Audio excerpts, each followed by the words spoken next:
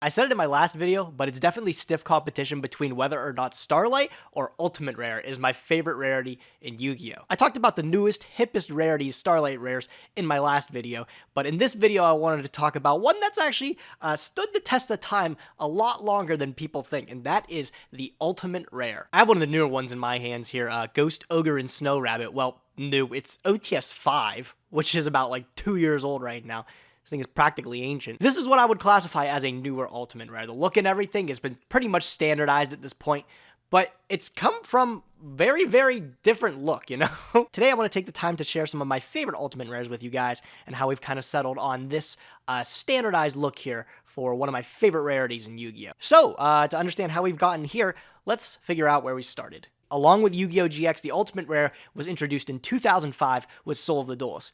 You notice I don't have a Soul of the Duelist card at the very top of my stack here, because I don't own any. Not that important, I have the next best thing, which is literally the next release, which is Rise of Destiny. But the important thing to note is how we started out with the Ultimate Rare and core booster sets. Take note of Ghost Ogre and Snow Rabbit, you'll notice this is an OTS pack card, a tournament pack card. These were released in core booster sets back in the day. The old school Altis had a very weird release pattern though, and it was just a weird thing that had been carried over from the DM era, and that's the split between hobby and retail boxes. I don't think anybody has a clear answer as to why they did this split, but back in the day, it would cause you to have a different variety of cards from your booster box. For example, back in the DM era, depending on if you had a retail or a hobby box, it would affect the secret rare that you could pull. For example, I'm pretty sure the hobby boxes of Magician Force would only have Dark Magician Girl, where the retail boxes would have Diffusion Wave Motion Cannon, or whatever that poopy card is. Since we didn't have ultis back in the DM era, that's how it was for those. This carried over for Ultimate Rares when we hit GX. The Ultimate Rare gave an upgraded rarity to other cards in the set.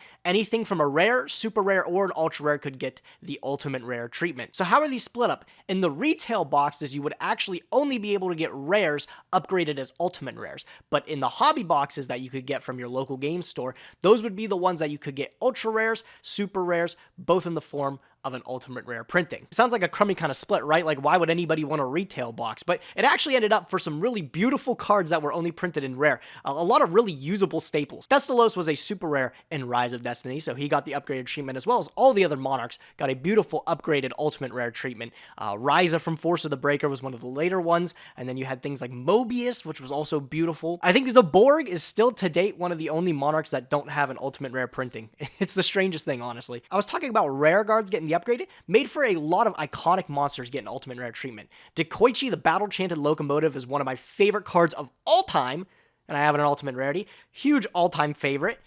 This was originally released as a rare in Rise of Destiny. I have just a couple copies of him.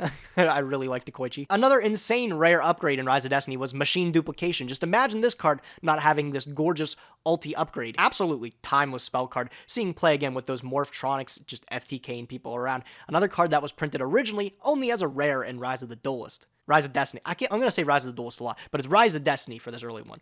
RDS is Rise of Destiny. Despite this split between hobby and retail, this means there were 25 different cards being printed in Ultimate Rare in the early days. Again, they're split apart by the type of product you pick up, whether it's retail or hobby, but regardless, that's a huge amount of Ultimate Rares being printed in the day. These are some of the more playable rares that I have here, but a lot of the rares from back in the day too are just absolutely bummy, and it makes for some really garbage pulls. So you could have like 8 really solid Ultimate Rares, but when you're in a whole pull of like 25 of them, it's not going to be likely that you pull the one that you want, especially since I think European boxes had a mix of both of them. So you could pull one of any of the 25 Ultimate Rares printed in that set in a European box. It was just absolutely crazy. These are some of the bangers, sure, but it was definitely filled with a bunch of lame ones. Some more bangers that I happen to have is like Lightning Vortex is one that's definitely... This is stunning, dude. I think this is one of Simo's favorite ones, too. I got this one with Pro Play Games here. It's a very, very nice copy. I was actually really surprised with how beautiful this one turned out. But definitely one of the more pretty cards I own here. Love the Lightning Vortex. Brain Con's another staple from back in the day. The Lost Millennium. Card that has really aged poorly because of its errata. We'll never see the heightened play that it saw back in the day, dude. Edison staple, some would say, actually. God, this card is clean, too. Love the brain control. Handsome fella. I have a lot of them back-to-back that I really like, but it's just in chronological order. Elemental Energy gave us Water Dragon. There's another printing of this that's kind of in the parallel foil for Mattel figure. I'm not a big one on that, but I love the ultimate prayer printing of Water Dragon. Gee, oh god, this card's so pretty. Let's take him out of the sleeve. Let's get a closer look. I got this copy off a guy at a Columbus regional. Got it for a really good price. I saw it in his binder, and I was like, man, I've been really wanting to own one of these. What do you want for it? He gave me a deal I couldn't refuse. Gorgeous, gorgeous Aqua Dragon here. The H2O dude. So moist. Let's put him at the end there. Cyberphoenix was another card that was really playable back in the day with strategies like Comic Odyssey Burn. You play the machine package. You can pair this with a card like Limiter Removal. Really sick. It was a super rare back in Enemy of Justice. Got this upgraded treatment. And damn, one of the cards that have aged the best from Strike of Neos. Diddy Crow. How could you forget about him? This guy was one of those cards that was a measly rare, getting the upgrade of a lifetime into Ultimate Rare. And oh my god, it's created an absolute timeless piece of history here. Seeing a lot of play right now, one of the more playable hand traps of the format. Happy that I own a playset of him. I'm pretty sure two of the ones I have are a little bit beat up. One that I have is super, super clean though. I think this might be that copy here. Absolutely stunning bird. Recently eclipsed by the Starlight Rare, being the most expensive copy to get now. I still think this is one that resonates with most retro players, being the highest rarity, really from the get-go. From the first initial release of this set, this was the highest rarity you could get, and it's withstood the test of time to 2022. Ridiculous, honestly. Happy to own a playset of those. I've owned a couple of Crows in my life. I believe one of them has gone to Bry Guy from the Crush cards. Vanity's Fiend is another one that originally was a rare, got the upgrade to an ultimate rare. This is a really strange one, because this isn't the only ultimate rare printing of Vanity's Fiend. You can also find ultimate rare Vanity's Fiend in OTS Pack 1, which is really strange. I think it's the first ultimate rare to ever have done that, where it's already had an ultimate rare print, but it got another ultimate rare print in a tournament pack set. A really strange choice from Konami, but it gives you another opportunity to get it. It doesn't look anything similar to this classic version I have from Cyber Dark Impact. Not something I pointed out exactly before, but as you can see, there's a clear forefront of the image that is not embossed in this lovely foiling, but the background is normally embossed in it. You see this start to go away later, as all the ultimate rares start to get this full embossed pattern. This lasts for a while, but you guys are more used to this look here because of the more recent OTS packs and stuff. So it does come back. I think the old school ultimate rare Vanity's Fiend just looks way better too than the OTS one. Definitely way cleaner. I think that might have been out of order there too. It's all right. Don't worry about it. Couple more bangers with another rare card getting an ultimate rare print. Volcanic Shell looks beautiful in this ultimate rare printing. I love anything with this orange glow to it. It definitely really makes this embossed pattern really pop with the gold name. But this was really welcome in this rarity because you were pairing it with cards like a secret rare Volcanic Rocket or secret rare Royal Firestorm guards. So it was just, would have been a little awkward if this rare didn't get this beautiful upgrade. Also, the Volcanic Doom King or whatever the guy is. Oh my god, that dude is fucking crazy cool in ultimate rare. Really nice to have those. And Gravekeeper's Commandant. This is a oddly minty copy I have. I say oddly for a reason that I found this at a YCS in some guy's binder, and it was just straight unsleeved. It was just raw dog and reality out there. It was crazy. Surprised this thing made it out unscathed. Actually, a really, really pretty card. As you can see, a lot of these ultimate rares have this stamp from the back here, and that's just from the foiling being pressed in. Kind of common in most of them here, but still a very minty card.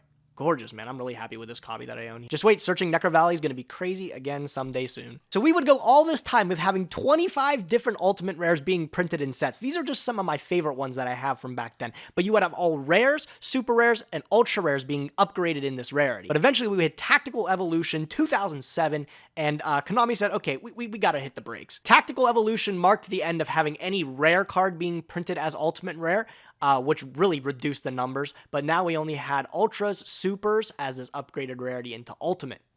Zombie Master is one of my favorites. I'm showing you him here. Absolutely iconic card from my childhood. Really stoked to own a set for Edison format. Not a very good one, but an ultra rare from Tactical Evolution was Crystal Seer. I just still really like the look of Seer.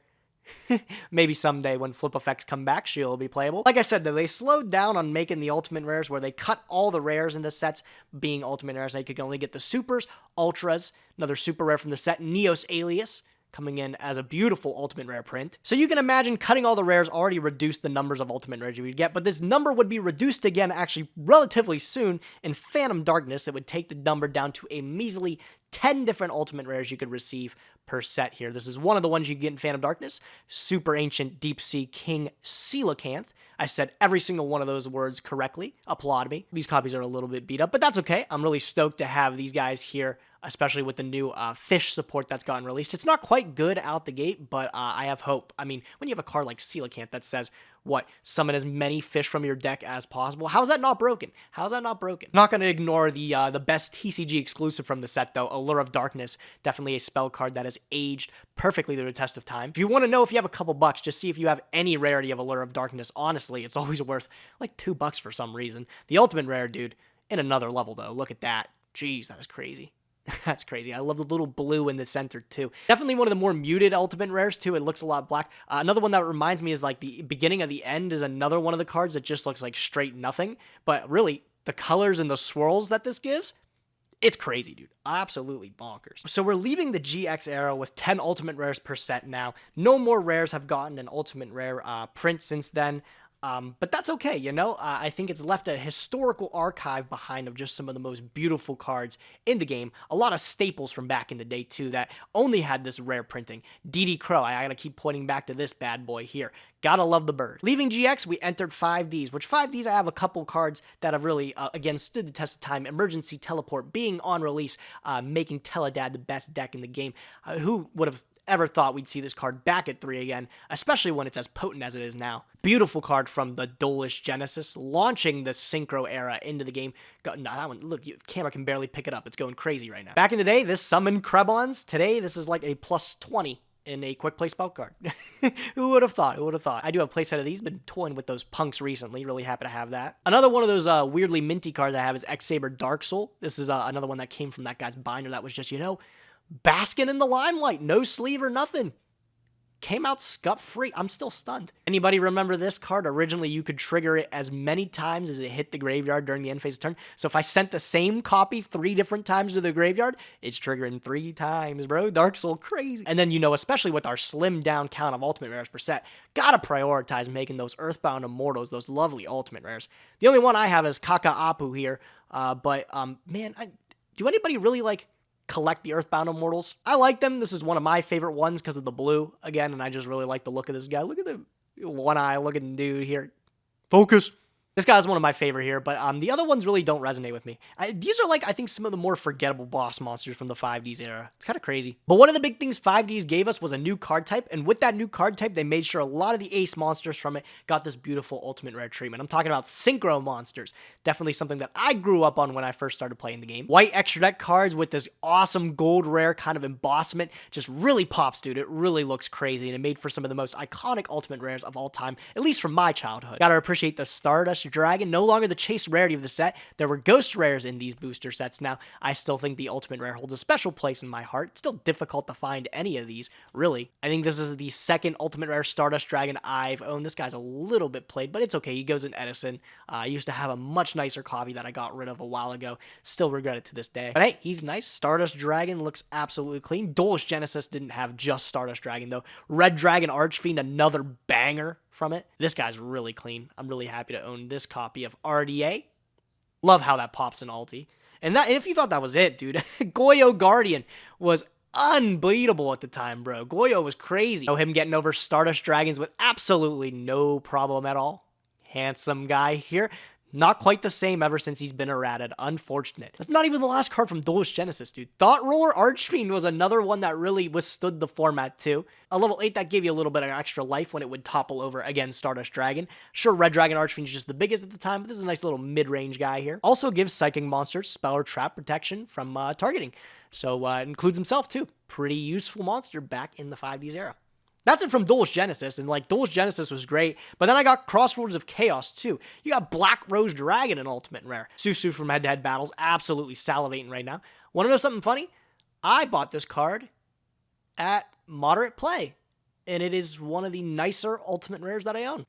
Definitely I wouldn't say MP. This thing's crazy, dude. The foiling, the embossment on Black Rose goes absolutely crazy. Man, I'll give it. Ghost Rare is beautiful, but this is on a whole nother level, dude. Black Rose Dragon Ultimate Rare, one of my favorite cards to own for Edison format. But Crossroads of Chaos also gave us a gorgeous zombie package to go with it, too. Doomkaiser Dragon goes absolutely crazy with this light blue kind of look back here. Thematic for the zombies from that set as well. And then Revived King Hadez is one of the more interesting cards from Edison format that also looks ridiculous in Ultimate Rare. Look at this. I love this purple. When it came to 5Ds, they were just knocking the Ultimate Rares out of the park. A lot of playable, really pretty cards released from this era. A couple more that I have a really clean copy of Armor Master here for the Edison deck as well.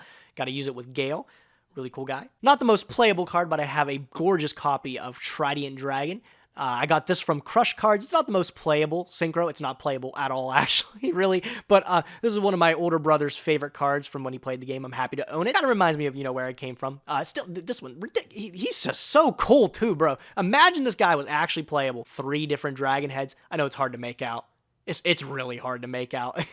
Just use your imagination. Just use your imagination. It looks badass if you believe it looks badass. And of course, I don't have all the Signer Dragons yet. We're slowly getting there, but Ancient Fairy Dragon's another one that I do own. Still on the Forbidden and Limited list today.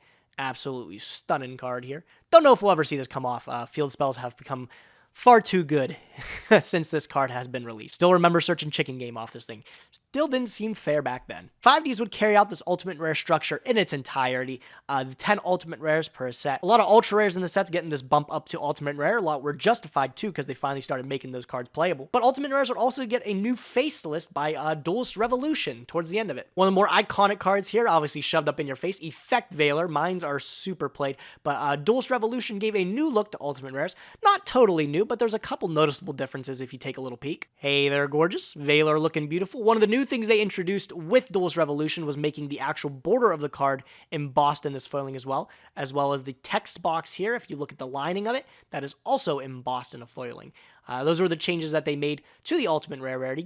I think it makes it look much more rich. You really notice the cards start to pop out a little bit more at this time because of the border being foiled like that. I don't know if it's totally visible, when I put it next to Ancient Fairy Dragon. Here, maybe you can see a slight difference, but it's important to note that all the cards in Duelist Revolution, another one being Solemn Warning, absolute banging of a card.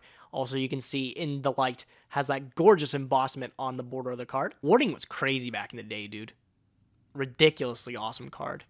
Beautiful card in Ultimate Rare, too. I'm pretty sure this one, I think it might be a little bit beat up. It might have a little something on the front. I think up there is the only thing that's wrong with the card. I don't think it's a crease or anything. I've tried to figure it out, but I got it for a really good deal. And a card that I can play back in Dino Rabbit and stuff, pretty sexy. Another card that I've got from those Crush cards is, of course, a Scrap Dragon from Duelist Revolution. This is a European Ultimate Rare copy. You can tell by the foiling, tad bit different than it would normally be. I don't have an NA copy next to me that I can do a sort of comparison. I think I'll go a bit more in depth about the difference between European and NA prints when I get a special video out for that, but just keep in mind this is a European print. Might look a little different. Starstrike Blast is a set that continues to have value, Glow Up Ball being one of the cards all-star from the set, making Plant Synchro ridiculous. This card's so strong. Also a really pretty card in Ultimate Rare. I think if we ever banned Halqifibrax, we would be able to see this card back. Unfortunately, now's not the time. These are worth something now. Mischief of the Yokai from Starstrike Blast. Again, infamous set here. Pretty good, understandably, I guess, against Splite. I don't think this is even the best option compared to something like Stygian Dirge. But I think it's good because Tearlament can dump it to the graveyard and use its graveyard effect. I've got 4 copies, because honestly, I picked these up. I really like the artwork. I don't think it was ever playable back in the day. I think it was already eclipsed by Mischief of the Gnomes back in the day, too. These are not the only copies I own, but another one of my favorite cards of all time is Karakuri Shogun Beret and all the Karakuris. Yugioh Karakuri was a sick deck back in the day, one that I like to play a lot, and these cards look insanely good in Ultimate Rare. I love the gold with the the gold embossment. Not much more you could ask for. These cards look ridiculously good. Again, Starstrike Blast being released after Duelist Revolution has that nice embossment on the borders. You would see that moving into Extreme Victory too. Barredo came out then. Really handsome looking fella there. Also, more playable now is TG Wonder Magician. This has always been one of my more favorite ones, too. I had this for a very long time back when it was worth, literally nothing. Now it's one of your go-tos off of Halqifibrax. That's a lot of my favorites from the 5Ds era. They would be these upgraded rarities of the ultra rares from the sets, and they would make for these really gorgeous cards. A lot of them, the iconic, cover cards of the set would also be printed in Ultimate Rare. Really exciting to get them. They really just don't make them like they used to. Right, so let's move on to Zexo. This is primarily when I played the game. Throughout the majority of Zexo, you would actually have the same kind of premise where all the Ultimate Rares, there's only 10 per set, and they're all upgraded rarities of Ultra Rares. A lot of iconic cards from back in my heyday. Levier the Sea Dragon is still one that has seen play through Burning Abyss, as well as Phantom Knights needed to play at least 1 copy, right? Back in the OCG, don't know if we'll ever see it back in the TCG, I can only hope. The Wind-Up Cares and Mighty, you would definitely need 3 of this bad boy to pull off some wind-up loops back in the day. Drop 5 cards out of your opponent's hand. Still waiting for the day this card comes back to 1, it absolutely for sure can. No problem. The Doug Zeef special, Night Beam. I don't know if this card's ever actually competitively viable. I think just only really circumstantially it's really good. But hey, a really sick card in this ultimate rarity from Galactic Overlord. I've got first edition copies. Again, making Doug Zeef proud. Return of the Duelist was an absolutely iconic set. Gave me one of my favorite archetypes of all time, the Spellbook archetype. I have 3 blue boys. Not only do I have American prints, but I also have European prints that are off to the side. Again, for a different video on a different day. 3 of the lovely Prophecy, and then 2 of the Secrets too. A lot of this Spellbook deck was printed in super high rarity, which made it extremely desirable. They also even printed stuff in tournament packs later for it, like Spellbook of Power, only printed as a common originally in Return of the Duelist. They printed it as an ultimate rare then. Super neat upgrade. Into Abyss Rising, you had the Mermails, you know, again, another archetype that had a lot of cards from the Atlanteans printed in Astral Pack at the time.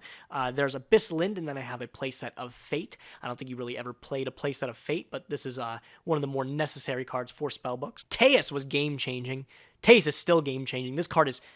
anybody read this card? This card's so powerful, man. Cosmo Blazer right after Abyss Rising, dude. You had the Fire and the Water set. This one was insane. I think Teus is still probably the most powerful mermail. Everybody knows if you open Goons plus Teus, you are just straight up winning the game, no doubt. Breakthrough Scrolls come up recently. I was looking for these for a while. I'm happy I got a set early, but now these are playable with Tier Element. You can mill it, and then it's a banish. You can stop, like, I guess your opponent's Winda or an opponent's, like, monster on the field by banishing it from your graveyard. Pretty cool. I think back in the day, a lot of people thought this was going to be the Eclipse for Valor. Obviously, we know now it doesn't even come close, but still, again, another one of those cards with the gold really popping out in the ultimate rare. I love it. I love it, man. So cool. Around this time, we would actually start to see the ultimate rares start to fade away again, though. By Judgment of the Light in 2013, we had that number of 10 ultimate rares halved again to 5. We would only have 5 ultimate rares per set up until we hit Dimension of Chaos, where they would be discontinued. Some of the last ones that I have that are iconic is like Silent Honor Arc, a ridiculously good rank 4 back in the day, printed alongside Exciton Knight in Legacy of the Valiant. You want to talk about some ridiculous cards back then, dude. This was insane. Ptolemias is a one that I still can't believe this card was printed. This is back around the time where, you know how I just was saying, all the cards were full foil like this. You start to see the outlines of certain ones pop out again as they go back to the original thing from the GX era. This is what they have stuck to now, and this is sort of what they look like now. One of the last remnants of it. This card's ridiculous, man. Ptolemias is so stupid. And then Alucard is from Shadow Specters, one of those generic rank 3s that I always thought would be a lot better. Obviously, with the release of Lynx, old school XYZ monsters, more generic ones, just haven't been able to keep up, as I think Link monsters are printed to a completely different, like, degree. They're just way better. Like, Alucard, what, pops a face down spell trap? You have Nightmare Phoenix, which takes 2 dudes of any level, and it pops any spell trap. Like, that's just strictly better, right? Obviously, they didn't age too well, but that's okay. They're still some of my favorite cards back from when I started playing the game. Ultimate Rares would ultimately leave their place in core set product after Dimension of Chaos, moving into Breakers of Shadows, which, again, is an iconic set, by the way. Breakers of Shadows was crazy. You would only be able to find the Ultimate Rare housed in tournament packs from then on, and that's how it's remained now. Even so, while ultis were still in core sets, we still had multiple opportunities to get them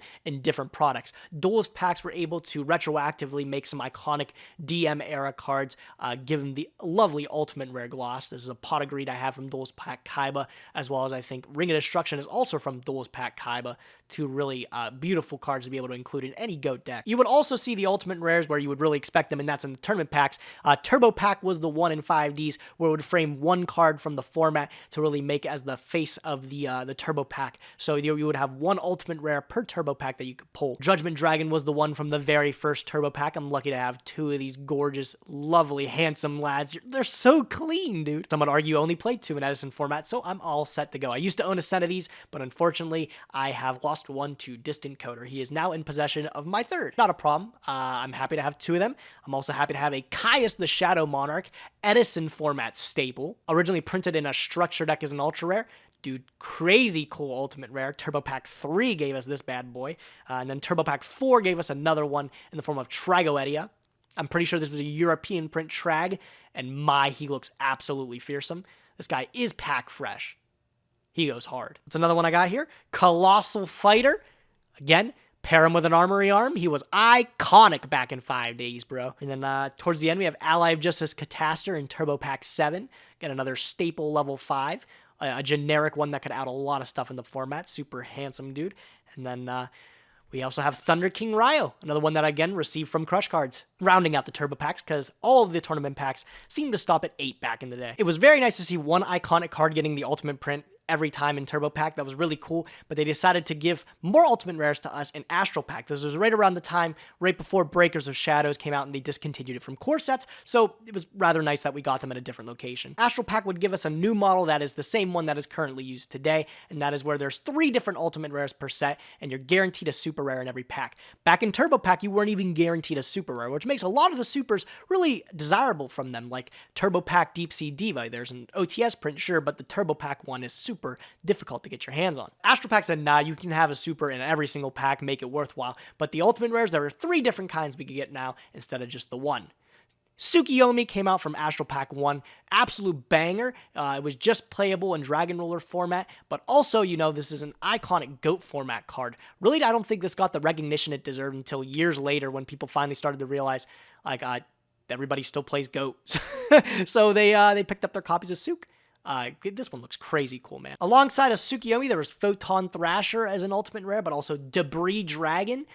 Far cry from when it used to be extremely playable. This would actually be playable in the Mythic Roller deck that would be playable. Again, another one of those retro cards that was absolutely integral to like plant format. So gorgeous, much welcomed ultimate rare, lovely Debris Dragon. This is like my second or third time I've owned that card, actually. I already talked about Mermail getting a hand in the Astral Pack. You had Atlantean Marksman, printed in lovely ultimate rare, Astral Pack 3, and then Astral Pack 2 right behind it, you had Dragoons getting the ulti treatment. This card was an absolute bomb back in the day. Card that's literally been all over the ban list, honestly, from 1 to 2 to 3. I've had this set for a very long time, long before it came back to 3. One of the more stunning ones for sure, dude. One of the more extremely playable ones as well. Water in max rarity is definitely one of the most desirable decks. Just think, I showed you guys like Teus, there was Dragoons, there was Marksman, Turbo Pack Deep Sea Diva. The deck was beautiful. Lind was also ultimate rare. It had everything going for it. Astral Pack, like I said, giving us a glimpse into the past. Dandelion would get an ultimate rare print. This would be usable for only a very short amount of time. Again, Mythic Roller. There was Plant Roller variants going around too before this card would see itself getting banned, where it currently remains today. Still an iconic card to get this ultimate rare print. It's definitely the most desirable print for people wanting to play Plant format. I did mention Spellbook of Power being a common card, nonetheless, that's got this gorgeous ultimate rare print. Another one that checks my boxes of being that lovely goldish orangish hue. Good gracious, it looks beautiful. Definitely awesome to have that card. Tenki's been one that's, it'll be good again with due time. Definitely super expensive back when Zodiac was the top dog and you would play this at 3. I think it's at 2 now, right? I don't even know what it's at anymore. Give it a year or 2. It'll come back to 3. No problem. It'll be insane. Just wait. They released one good Beast Warrior. This card's insane again. This one was actually a really strange one at the time. Pot of Duality got an ultimate rare reprint. This was super interesting because it was a far cry from the card still being as good as it was. Back when this card was released in, again, go figure, Duelist Revolution, this card was ridiculously powerful. Again, it's nice that it's seen a new breath of fresh air given into it with Fluanderies being an actual playable meta deck, but you really don't see decks just only doing a normal summon turn 1. Just doesn't tend to keep up now. But I'm glad this has actually found a place in today's meta, making it desirable amongst not only collectors, retro players, but also anybody that wants to bling out a max rarity meta deck. And Mystical Space Typhoons, one of the ones that for the longest time was under the radar, has a beautiful ultimate rare print. Definitely happy to own those. Still playable even like just throughout the years, dude. People play this in Sky Striker to pop the field spell. It happens. It happens. Cosmic Cyclone's not the only top dog. Closing out Astral Pack, the only trap that I would have from Astral Pack is actually Fiendish Chain. Again, this was a far cry from when it was extremely playable back with Dino Rabbit, kind of like 6 Sam format, right? But it was cool to have again for that retro kind of printing. And then you would also get some of the XYZ monsters printed in Ultimate Rare at the time. Big Eye is one of the sick ones. I really like Big Eye again because of the coloring of it. Maestro's a really cool dude. Again, the blue really pops out with this. I also just like the Symphony Djinn. He's tough. Gaia Dragon, the Thunder Charger. You got a Photon Paproloperative. I have 2 of these bad boys. One is from Mr. Alexander Simo. And then I also have a Gagaga Cowboy. Triff's favorite card, 100%. These cards down at the bottom here might seem a little weird, but it's again just another one that's been eclipsed with time. Back in the day, these generic rank 4s would be in like everybody's extra deck. But nowadays, like you have link monsters that are way easier to summon and do so much more. So a lot of these generic kind of XYZs didn't really stand the test of time. But that's okay. It's Astral Pack still gave us a lot of really iconic cards in the ultimate rarity. And this set the standard, keep in mind, for how we're going to see our tournament packs be made for the future. Even though Astral Pack only goes up to 8 like the rest of the tournament packs, everything from Champion Pack all the way to Turbo Pack, and Astral Pack only went up to the number 8. OTS Pack would be right on the heels there, and that would be the one that you all are familiar with today. Let me pick up the Astral Packs and the Turbos. We'll get into the new stuff. You guys are going to recognize these. I'm just going to go over and lay out some of my favorite OTS Ultimate Rares for you guys to do a little bit of talking to. We already talked about Ogre. Nibiru is another one that I have here. And as you can see, after we left the Zexo era, the standardization of Ultimate Rares, where we would get them in tournament packs, it really reflects with how they look too. You have the foreground of the image is not touched with any of this embossment. All the background is, and then of course the borders, all the little accoutrements are tied to it as well. They've really done a great job, and by picking a lot of staple cards in Ultimate Rare for OTS packs, it's really made for some entire main decks to look absolutely stunning. Droll and Lockbird, of course, really important one in this format. Pretty much all formats recently. Droll and Lock is crazy cool. I really like where we've ended up too. Konami really picks and chooses some of the more iconic cards from formats to immortalize in this rarity, and the fact you can only get them from OTS packs makes them a little bit difficult to get. Think, somebody years ago went to a local game store to pick up a Turbo Pack and maybe got a Judgment Dragon out of it. Now, the same thing you're doing today to pick up some of these gorgeous ultimates like Cyber Dragon, again, new artwork and stuff in this gorgeous rarity, that's going to be looking like the same as like Turbo Pack cards in what, a decade from now? But I really like where we've ended up. I think every card that gets an Ultimate Rare printing definitely deserves it, even if it's only for a short time where it makes any sense. Zodiac Whiptail, of course. Nobody's playing Zodiac anymore. But back in the day, sick ulti print, honestly. See if you can catch the difference. I have a European and an NA Ultimate Chaos Dragon Levier. That's the Euro one, if you couldn't tell. It just pops more. Oh god, that card looks ridiculously clean. Fog King goes crazy too, another European one. I got this one from Vlad, actually, Hypnocorn. This is definitely, unironically, it's one of my favorite Ultimate Rares. You might be like, who the fuck asked for Fog King in OTS Pack 2, bro? And you had like Dark Law in OTS Pack 1. This is actually kind of like maybe a countermeasure for Monarch at the time. There was like Extra Deck Monarch. That was a big thing. It wasn't really playable, but it made sense, is what I'm trying to say. Of course, some of the more iconic staples that you see today. Cosmic Cyclone, ridiculously beautiful in this lovely Ultimate Rare. Forbidden Droplets, another extremely desirable set. Book of Moon is another one. This has gotten a lovely Ultimate Rare treatment. Not technically the highest rarity, though. There is a higher rarity in Champion Pack in the super rare versions. But again, immortalizing an iconic card that was playable even at the start of Link era. Just flipping an opponent's monster face down so they can't use it for Link material was huge back in the day, dude. Just a card that's absolutely timeless. Desires will come back to 3 shortly. Just give it due time. And then Super Poly's actually seeing a lot of play recently. I need to find these into my main deck, actually. I think with the new Garuda card, this is sick. What a sick card, man. That's all I can fit on frame for this one here, but oh, don't worry. I have much more to share. Twin Twisters is another one that comes in and out with Cosmic Cyclone. You have Brilliant Fusion, another one. Real quick, try to spot the difference. You should have got it. I'm not going to coach you for this one. Scapegoat has an Ultimate Rare print. It's also recently in Tactical Masters. It's going to have a Collector Rare print. I think this one looks pretty good on its own, though. I do like the Ultimate Rare. But I do think the Retro Pack Ultra Rare is the most desirable for most people, including me. I hope to get those one day. Instant Fusion is tearing it up recently. This card will never come back to anything more than one. Stunning looking Ultimate Rare, though, dude. I really like the look of Instant Fusion. And then Trap cards, dude. Infinite Impermanence, obviously one of the more recent hand traps to get this lovely Ultimate Rare print. Happy to own a set of those bad boys. Solemn Judgment got the Ultimate Rare treatment, which was really welcome because a card like Solemn Warning back in Duelist Revolution was printed as Ultimate Rare, was the only Solemn printed as Ultimate Rare back in the day. Solemn Strike was printed in Breakers of Shadows, funny enough, which is right after they discontinued Ultimate Rares. Would have for sure gotten a print, I think, but it was nice to get the wrap-up with Solemn Judgment getting the Ultimate print. And then also, if you thought Solemn Strike was left behind, you're very silly. Also getting an OTS pack print. Definitely one of the more desirable ones. I don't have a playset of these yet. I hope to get one soon, though. Gildrain is the newest one in my bunch here. I just picked this one up the other day. Turbo Pack gives us a look in Ultra Rare as the highest rarity, but I do like the Ultimate Rare more. And then, of course, also giving the extra deck mechanic at the time a lovely spotlight with some of them.